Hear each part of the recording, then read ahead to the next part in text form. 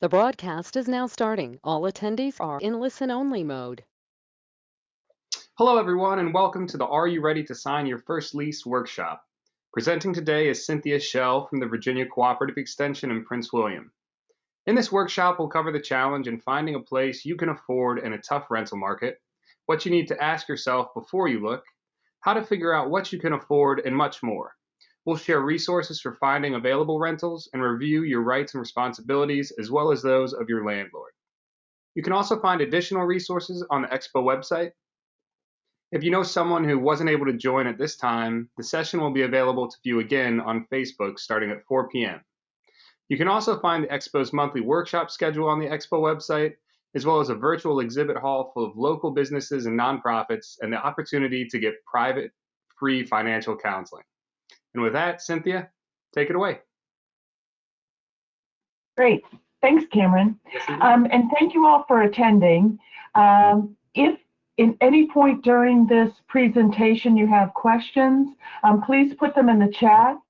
We're also going to save some time at the end if there's any questions so we can talk about it.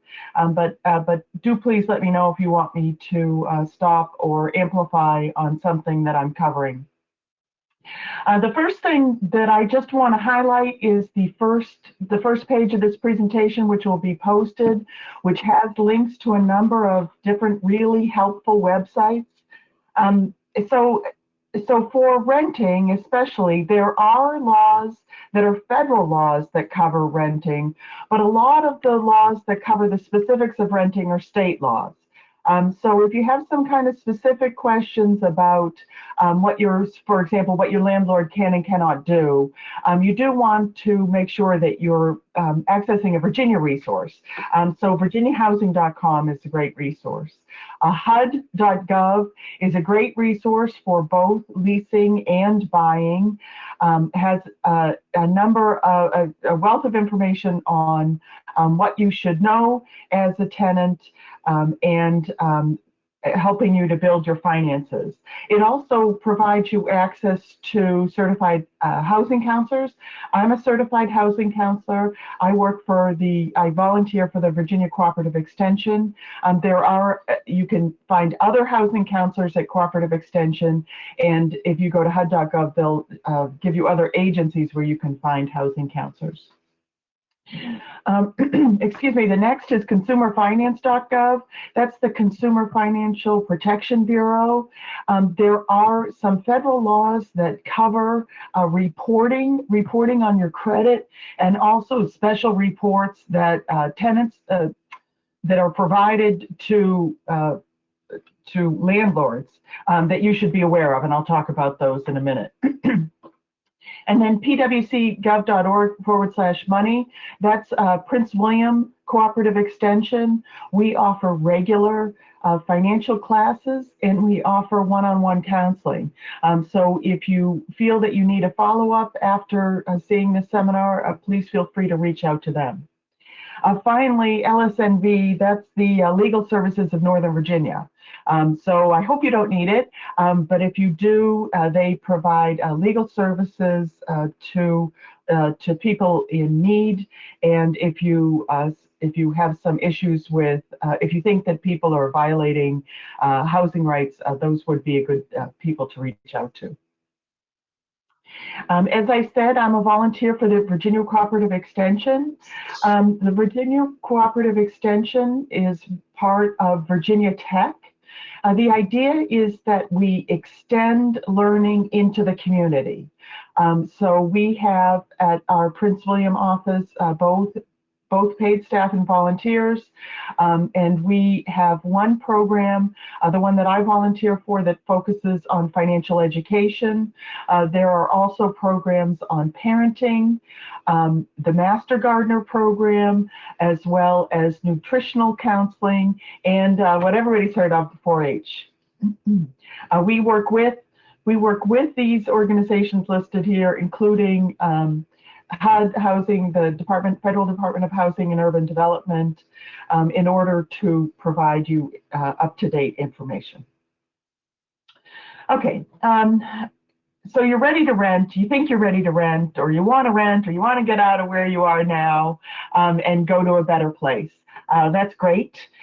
We just want you to think about some things before you start. Some things we want you to think about before you enter into any major purchase.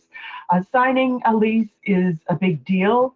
It's a legal contract. It means that the landlord is able to go to judgment against you if you default on it, and it's going to affect you for a period of time, generally a year, even more. So you want to make sure that you have all your ducks in a row before you actually sign. So we'll talk about budgeting and finance, the application credit reports, finding a place, understanding the lease, issues with your security deposit that you should remember, life as a renter, and we'll have a brief discussion of pandemic. We'll talk about some issues throughout the presentation. This presentation does not focus on pandemic issues. The expo has a different presentation. I believe it's today that will cover pandemic issues, so please tune into that. But I will say that fortunately or hopefully, the pandemic is getting better. So some of the protections that are, and this again goes state by state, but some of the protections that have been put in place for the pandemic are starting to be lifted. So I just say that to you to be mindful. Don't assume that something that's in place as part of an emergency order is going to be able to help you throughout the life of your lease. Okay, it's always important to start with a plan, right? So you need to understand your values, right? What's most important to you? Is it important to have a place where you can have a dog? Is it important to have a place that has an extra bathroom? Is it important to have a place with a yard? You need to go through, you're not going to be able to get everything that you could possibly ever want. You're going to be constricted by transportation, price, your budget. So you want to make sure that you understand what things are most important to you. And then you need to organize. You need to get all your information in together. You need to understand your budget. And then you need to figure out who you should reach out to, and then execute your plan. All along the way, the whole thing about making a plan is it's important to think about what you need to know before you act, so you just don't act rashly. But do be aware that if something's not working, then you need to go back and modify your plan. So, for example, if you set a budget and you find that the places that you want to rent are all out of that budget, then you need to go back and then figure out, well, can I afford more? Or perhaps maybe I should wait until I can save more money and really get someplace where I want to go. Renting versus buy, we want Americans to build equity, build savings. One of the easiest and most accessible ways for most of us to build savings is through a house. So we do want you to think about saving money in order to buy a house. However, that doesn't always meet people's needs. One of the things about renting is if there's something wrong with your apartment, you pick up the phone and call the landlord. It's the landlord's problem. If the hot water heater goes in the middle of the night, you get to wake up your landlord and get them to fix it. If you own a home and the hot water heater breaks, that's on you, and you got to figure it out. You can sometimes get a much better place renting than you could buying, depending on what amenities the rental place has, and how much the the property owners are eager to rent. You have flexibility. That's an important thing. If you don't know where you want to live in the next year or two, then you really don't want to buy a home where you may be stuck, you may be not able to move. So if you want that flexibility, if you need that flexibility, renting is really the way to go. On the disadvantages, the landlord can raise your rent every year. You are reliant on the landlord to do improvements, so they may not be doing things exactly the way you want. There may be some restrictions on what you can do even within your apartment, and you're not building equity, right? So we really want you to consider this decision, always with an eye towards home ownership in the future. So the first thing that you want to do, no matter what you do, no matter whether you're going to buy a car, rent a house, invest in education, is you want to create a spending and savings plan. And part of this spending and savings plan is you really want to understand where your money's going, and be able to understand what you can control and what you can't control. This is particularly important when you're planning on renting, because the rental cost is going to be a significant portion of your income, and you want to make sure that you're able to cover other what we call fixed costs in your income, that they all fit in your budget. So most of us know what our income is. Now, when you're doing your income, you want to make sure you're doing it after taxes, and you want to make sure that you're not including things that may be not predictable. So, for example, overtime. If you're planning a budget, you want to be budgeting for your income, for your paycheck without overtime, not with the overtime. Even if you get overtime very frequently, you don't want to count that because it's not a given. Likewise, if you get bonuses or gifts or something, you don't want to include that. If your auntie's slipping you $100 every once in a while, you want that to be a bonus. You don't want to consider that part of your regular income. For expenses, you have your fixed expenses. So those would be things like your rent. If you have a car note, it would be your car note, car insurance. And then there would be flexible, and flexible includes money that you spend on entertainment, eating out, food, clothing, doing your hair, things like that. You want to be honest with yourself and make sure that you're really charting everything that you're spending. So what we suggest that you do is you keep however you want to do it. You can do it on your phone, you can do it on a spreadsheet, you can write it down on a piece of paper, but that you track your expenses for a month or two so you have a real good idea of what you spend your money on. Because sometimes when we sit and we think about what we spend our money and we write it down, sometimes we forget about what we're doing, and sometimes we're not entirely honest with ourselves about where the money goes. Of course, you also want to factor in payments that you're making towards debt. So if you have a balance on your credit card and you're paying it out, you want to make sure that you account for that, because you wouldn't want to get yourself in a situation where the amount of your rent is preventing you from paying down your credit card. Before you sign a document, you want to make sure that you have saved the upfront cost. For example, many property owners will require an application fee, first and last month's rent, and a security deposit.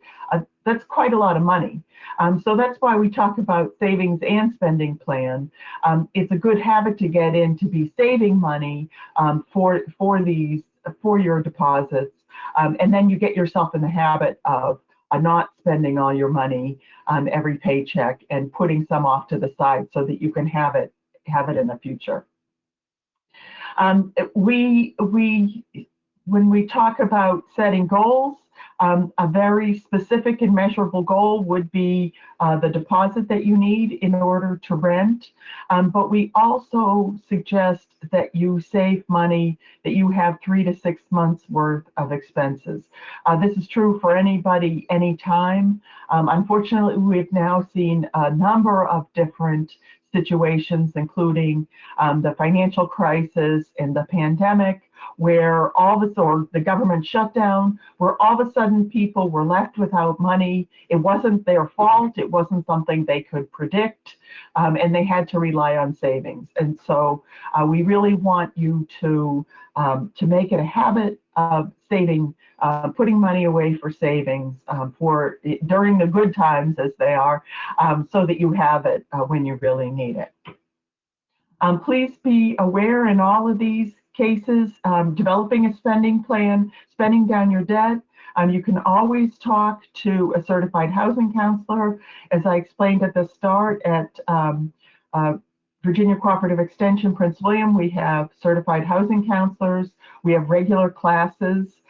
We also have people who could provide you one-on-one counseling. And you can also find those through HUD.gov.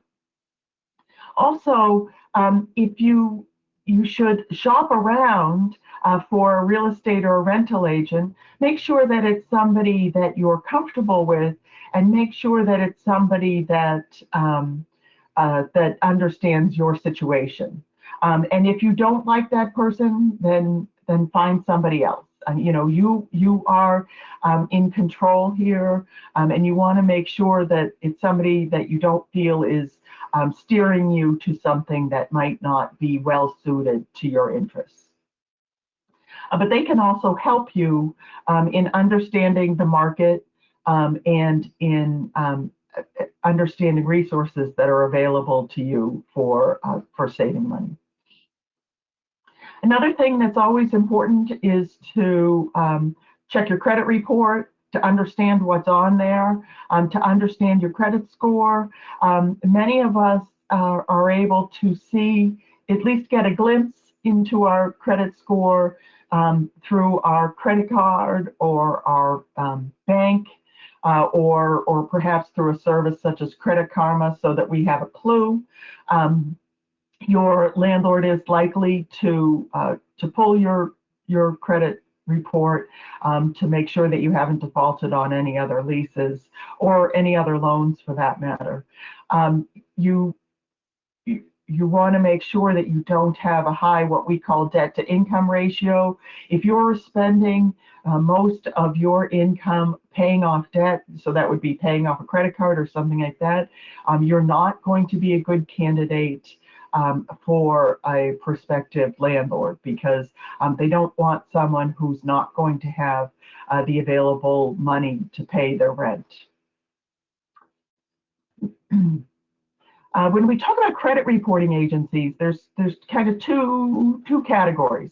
The first are the big three, what we call the big three credit reporting agencies: Equifax, TransUnion, Experian, and many of you have heard of those.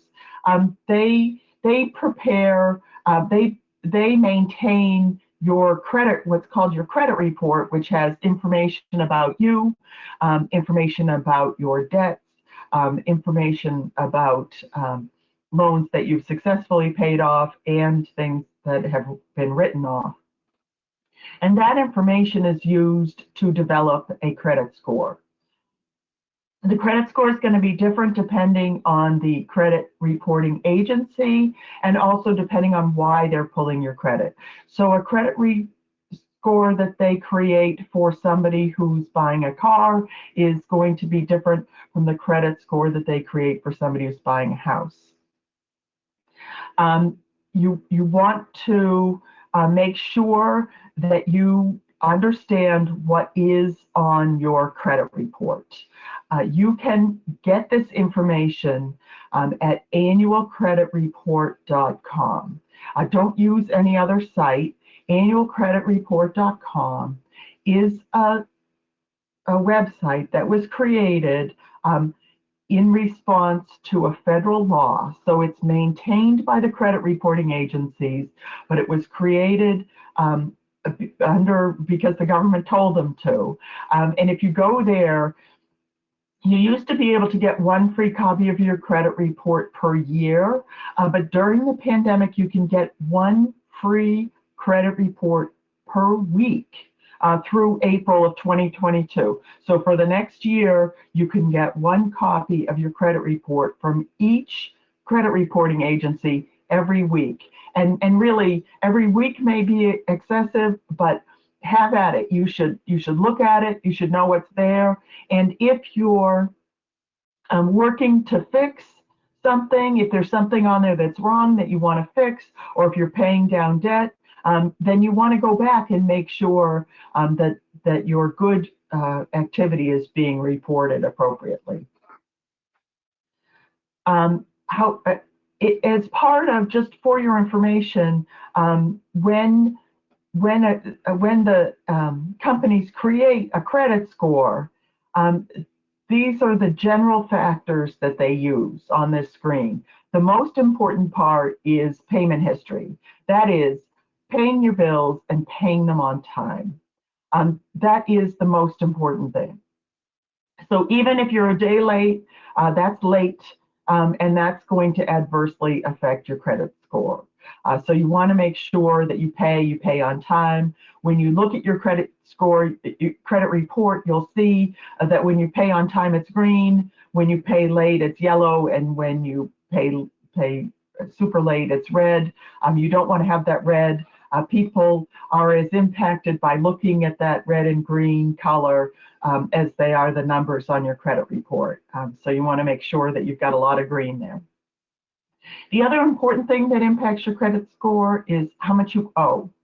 And so if you have, for example, $1,000 credit limit on your credit card, you don't want to use more than 30% of that limit. So you don't want to use more than $300 of that credit limit. If you've got a maxed out credit card, that is going to adversely affect your credit score. So you really want to pay down debt before you get yourself in another situation, such as renting, that's going to obligate you to pay money to somebody for a year or two. So those two together, how much you owe and whether you pay your bills on time, those are 65%. They're the biggest impacts on your credit score. The other things that will impact is how long you've had a credit history, how long people have been offering you credit, what types of credit you've had. If you've had something, for example, if you have a car note and a credit card, that's going to look a little bit better than if you just have a credit card. And how much you've been looking at new credit. You don't have to worry about one-time things such as getting an apartment or getting a new car, getting a car note. If you get a car note, the credit agencies, they can see what you're doing. They can see that you're applying to different agencies for a car note. That's not going to adversely impact it. But if you go out to rent furniture, to rent an apartment, to get a car, then that's going to adversely affect your credit. If you're going all over the place to try to get credit, then that is going to adversely affect your credit score. But you really should know, if you're going to rent, about other reporting agencies. So the big credit reporting agencies, those are the ones that you're going to have to deal with for the rest of your financial life. Those are the main three that I just talked about. But there are other agencies that report specifically to landlords. And you can find these. I have the link here, but it's at consumerfinance.gov. If you go to that site and search for consumer reporting companies, you'll see a list of companies that report on more specific things. And one of the specific things that they report on is that they report for is for landlords, and they report on tenants. You can get a copy of your report from these places, and I've listed some of the links here. They're also in that document that I referred, and I strongly encourage you to get it. because under the Fair Credit Reporting Act, which is the same one that that requires that the big three give you a credit report, these consumer reporting agencies are required to give you a copy of the report that they will be sending on you. And if you're going to rent from a larger, from a big property management agency, somebody that may own multiple properties or a large unit, you can be sure that they're going to be using one of these reporting companies, and you can ask them which one they're using, so that you know what they're going to say on you. Okay, if you're just starting out, if you don't have a lot of credit, I mean, because even if you pay your bills on time, if you haven't been extended credit for a long time, you still don't have a robust enough credit history in order to get a good credit score. One of the ways that you can build your credit is what we say opening a secure credit card. A secure credit card is when you put a deposit in, for example, you could do it with Capital One or with your credit union, and you give them money, you give them $300 or $600, and then they give you a credit card, and the limit of that credit card is the amount of money that you have in the bank. So they're really not doing anything other than giving you the convenience of a credit card in order to build credit. And what you should do if you have that is make a very small purchase every month and then pay it off when the bill comes due. And that will improve your credit. And it'll improve your credit really pretty quickly. In 3 to 6 months, you should see some improvement in your credit score. You should also, I always strongly encourage people to maintain a good relationship with your bank or credit union. They can sometimes help you with a personal loan to build credit. They can also help you if you're shopping around for loans for different purposes. There may be other payments that you're making that don't count on your credit credit report, but you can show your landlord, I've paid my utility bill every month for a year, and so that's showing that you're responsible and pay your bills on time, paying your daycare. Sometimes a rental history, if you rented to, from your uncle or from perhaps a neighbor, somebody in a more informal agreement, you can get history from them, and you can give that. Some landlords may accept that. I think I've covered these. Pay your, to improve your credit, you always want to pay your bills, pay them on time. You can apply for a secured credit card. Don't co-sign a loan for somebody else. That'll impact you two ways. One, if that person doesn't pay, that's going to adversely affect your credit history. And two, even if they do pay, that's considered to be credit that was given to you. So you may not be able to get more credit.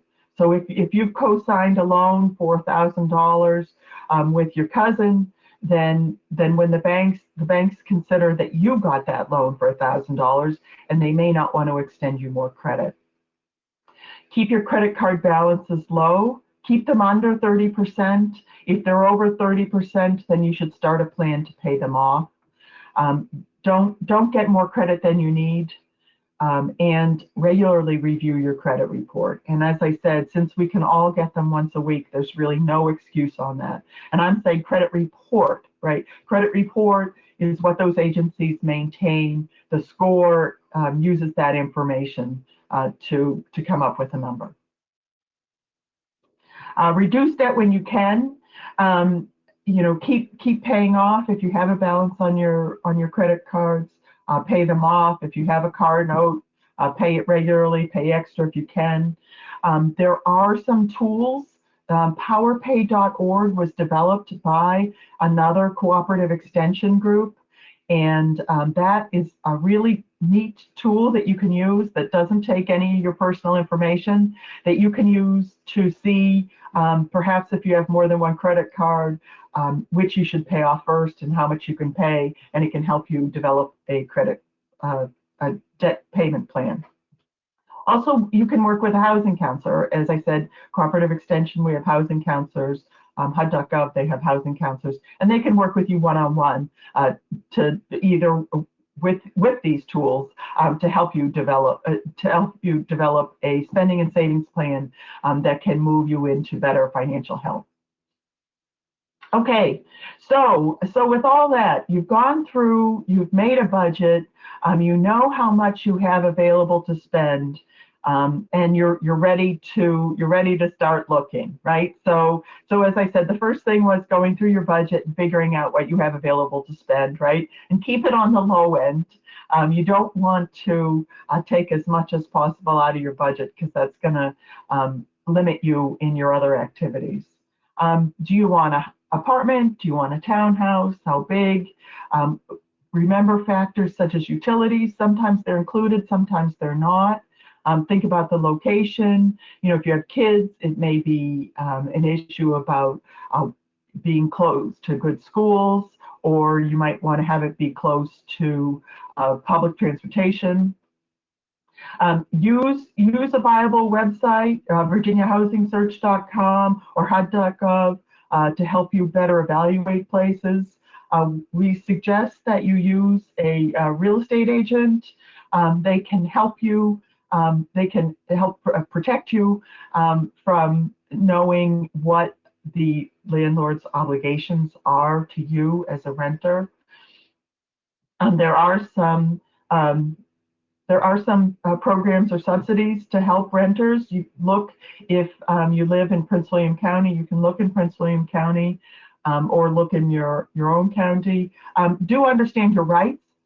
There are fair housing laws that mean that landlords cannot discriminate against you in providing you an apartment. And here are the ways in which they cannot deny you an apartment for race, color, religion, gender, disability, elderliness, family status, national origin. If you suspect that they have, we have a website here, the Virginia Fair Housing Office, and you should report them. However, there may be reasons that a landlord would deny you. They're going to do their own check to make sure that you're able to pay. They are going to check your employment history. So they may not think that you have enough money. They may not think you make enough money, or you haven't been at your job long enough, or your credit history isn't sufficient that they feel comfortable, or you've had a negative hit on your credit history. If you had a bill go to collections, they may not want to rent to you. If you have a felony conviction, smoking, pets, dishonesty, lying on a rental application is justification for them not to rent. And then, of course, if you have negative rental history with another landlord, if you still owe money, or if that went to collection, if you were evicted, that's going to negatively impact your ability to rent. And it certainly will negatively impact, it certainly will change what places are available. So for example, if you have a negative history, you may have problems renting from, the larger places with the nice amenities that are run by the big companies, because they're more rigid, and you may have to go to somebody who's perhaps a small, maybe has one or two properties that he's renting, and will be more willing to look at your specific situation in order to rent your place. There are some protections currently in place due to the pandemic. You may have heard that there is what we're called eviction ban, where the landlords cannot take adverse action against you solely due to payment history. Just to be mindful that some of these bans are state by state, and some of them are starting to be lifted. If you do believe that this is the case, then you need to challenge your eviction. And when you do an application, you will have to give some money. Generally, can't exceed $50 for private or $32 for public, and that'll be an application fee, and that is not refundable. And then they will ask you for your personal information, how long you want to lease, your income, where you're employed, and they'll probably ask you to give them permission to run a background check. The lease, read your lease. Leases are written by lawyers. Your landlord is certainly going to want to give you a lease that is in the landlord's favor. And to make it in your favor, you need to read it and you need to understand it. And don't feel pressured. Don't feel that you have to sign something right away. If you're not comfortable, take a copy, take it home, take it to a trusted person to go over with it. But make sure that you understand everything that's in the lease, specifically your responsibilities. So you want to make sure that who's authorized to be in the rental unit, what the time period is, what the deposits cover, what the landlord can withhold at the end of the lease term, what the terms are for them to refund you your security deposit. Really important for you to understand what it says in writing, and not just what the real estate agent may be telling you or what the landlord may be telling you. Oh, we've all been in those situations where somebody's like, yeah, don't worry about it. This is what it means. Just go ahead and sign it. Trust but verify. Make sure you read it. Make sure you understand. It's a legal document. Anything that's in there that they may gloss over while you're signing it, they're going to hold you to it if you are in a contentious spot with your landlord. Security deposit. We just want to make sure that you understand that security deposit is not a last month's rent. It is a refundable deposit, but it is security for damages on the apartment. It could be the amount of 1 month's rent, which is sometimes why people confuse it with last month's rent.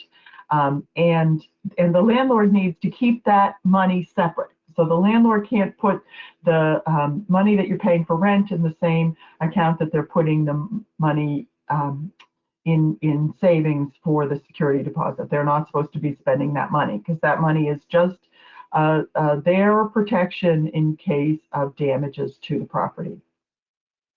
And then they will, if your application is denied, they will refund it to you. But again, the application fee is not refundable. As I said, make sure that you read, understand the lease, everything about fees, pets, other people in the house, because these are, of course, things that should you have issues with your landlord, they will use this as their recourse, and if you're violating any of the terms, that can be a reason for eviction. So you want to make sure that you follow the lease. And ask any questions. If you don't understand something, ask questions. Verbal agreements, they're worth the paper they're written on. You just need to be careful. You need to document as much as you can as possible, even text messages and stuff like that. Make sure that you have a communication. I don't recommend them, but if that's the way it goes, get as much as you can in writing. when you walk through, when you first move into your unit, please take pictures of everything. These are issues that are going to potentially come up with the security deposit, and you want to make sure that you have proof of what it was like when you moved in. And you give your landlord a copy so that they know that you know, so that you're all on the same page of what's going on. Make sure that you keep these copies in your records. If you have other tenants, if you're going to sign the lease with someone else, they are equally responsible for the lease. So a co-tenant is equally responsible for the lease. A co-signer, as I said, don't be a co-signer. You may need a co-signer. If you need a co-signer, you may need a parent or a relative, somebody you trust who has better credit than you, to basically they're guaranteeing that you will pay the rent. And so if you do, you want to make sure that that's a trusted person who is able to provide that for you. Subleasing, generally don't suggest. You do better if you have some issue and you need to get out of your lease. You're better to go to your landlord and say, I have an issue, I have to get out of my lease, and get out of your lease that way than subleasing. It's generally expressly prohibited in a lease, and a lot of times even the units themselves, if you're renting a unit in a large complex, a lot of times the complex itself has rules about subleases, and they don't allow them. So you want to make sure you would always have to get permission from your landlord to sublease, and you would still be liable for the rent and the damages. So don't sublease.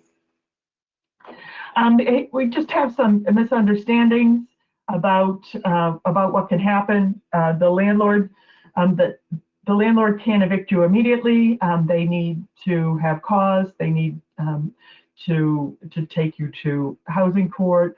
They can't arrest you for not paying rent, but they can certainly move to evict you, and they can certainly pass this information on to those tenant reporting agencies that I was talking about, which will impact your ability to get a unit in the future. You can't be evicted if you become unemployed. Now we get to some really important things. The landlord insurance policy covering your personal property, it does not. When you rent, make sure you get renter's insurance. Some landlords actually require that you have renter's insurance. And what I say renter's insurance does, if you have a car, it is a very small amount of money additional, and it covers your property. And what I say is it's really protecting you against everybody else. Because if you were living in a unit and it burned down, your landlord would find you another place to live, but they wouldn't replace your personal belongings. They would all be gone. If the person who lives in the unit above you turns on their bathtub and overflows, the landlord has to pay the damage to repair the unit, but any of your property that was damaged would be your responsibility. And you may or may not be covered. Your landlord may or may not pay for you to stay in a temporary place. So this is really, really for you. Always get renter's insurance, whether it's required or not. 100% worth it. The landlord cannot enter the dwelling as often as they like, but they can enter with notice. And if you say something needs to be fixed, then that's considered you giving them permission to come in so that you can rent the property. So do be mindful that they can't just come in willy-nilly, but they can come, and they can come with notice. So your landlord has the ability to check in on the apartment regularly if they want to. And the tenant you cannot withhold rent until repairs are made. So do not don't do that. That's going to negatively impact your rental history. But you can tell your landlord that they need to do it immediately, and you should make sure that you document what's going on. So to get out of the lease, for example, if your unit is uninhabitable. And for those things, you want to make sure you get in touch with fair housing or legal services, and make sure that you're doing things within your rights, because even if your landlord is a bad actor, you want to make sure that you're following the rules so there's no adverse impact on your rental history. So just want to wrap up your security deposit. It's generally 1 month's rent, and it covers basically damages, excessive cleaning costs, or early termination fees, other fees that you might incur if you try to get out of the lease early. But it is not last month's rent. I talked about renter's insurance, covers your personal property. The landlord can require you to purchase it. The landlord's insurance is just for the dwelling itself and not for your property. Highly, highly recommend renter's insurance. So again, inspect the property, make sure you really want to live there, check everything, flush toilets, and make sure you know what's going on, and take pictures. Take pictures of everything. Again, that's to keep a good record of what the property was like, moving condition. You don't want to have the landlord coming to you after a year and saying, you broke this window sash when the sash was broken when you moved in. Your responsibility as rent is to, keep up the property, pay your rent on time, communicate with your landlord when something's wrong. Tell your landlord if something, including something that may seem kind of silly. If, your toilet's running or something, get them in there to fix it. It could be a quick, cheap fix to fix. And if you don't tell them and it gets worse, then it's going to be more of an issue both for you and for your landlord. Make sure that you follow the term of the lease, and give your landlord proper notice if you're not going to extend. I mentioned at the sites at the beginning, there are some specific rights that you have as a tenant, and including if you're disabled. You have a right to peacefully enjoy your premises, not to disturb others. It's often a violation, either county, many rental units are in HOAs. You're still under the rules of the HOAs, even if you don't know what they are. And a lot of them restrict the operation of businesses out of the home. And of course, you can't do anything illegal in the home. That would be grounds for eviction.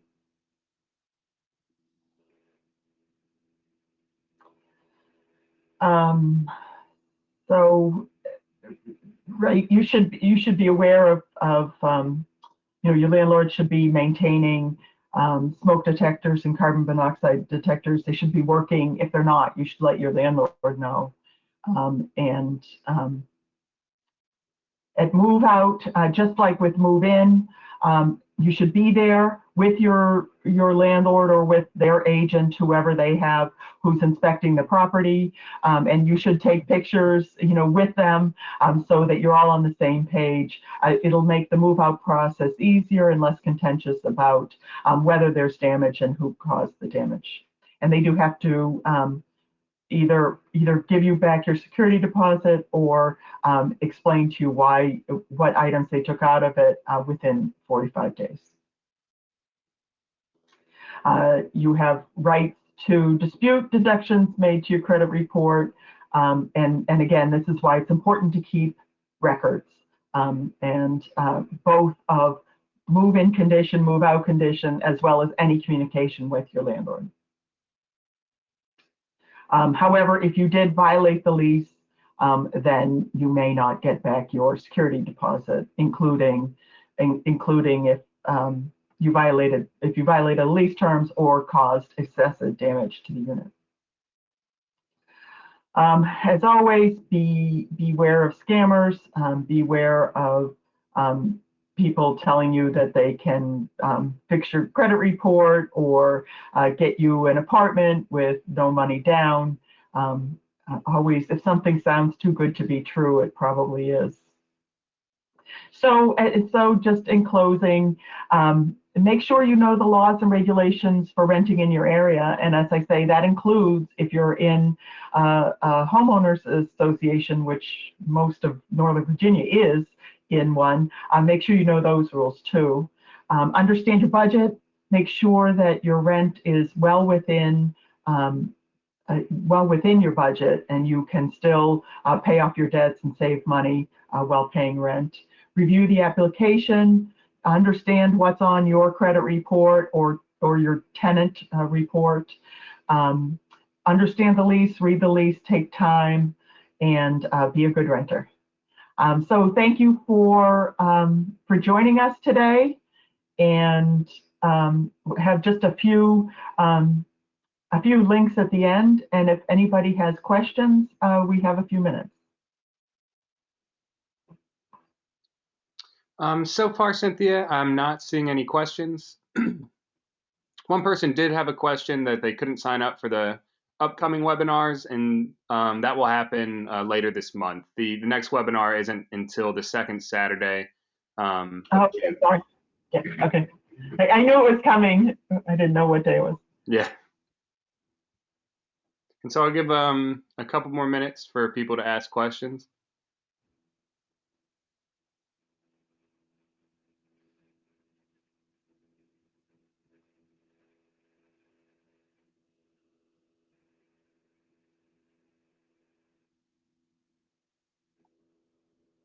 All right.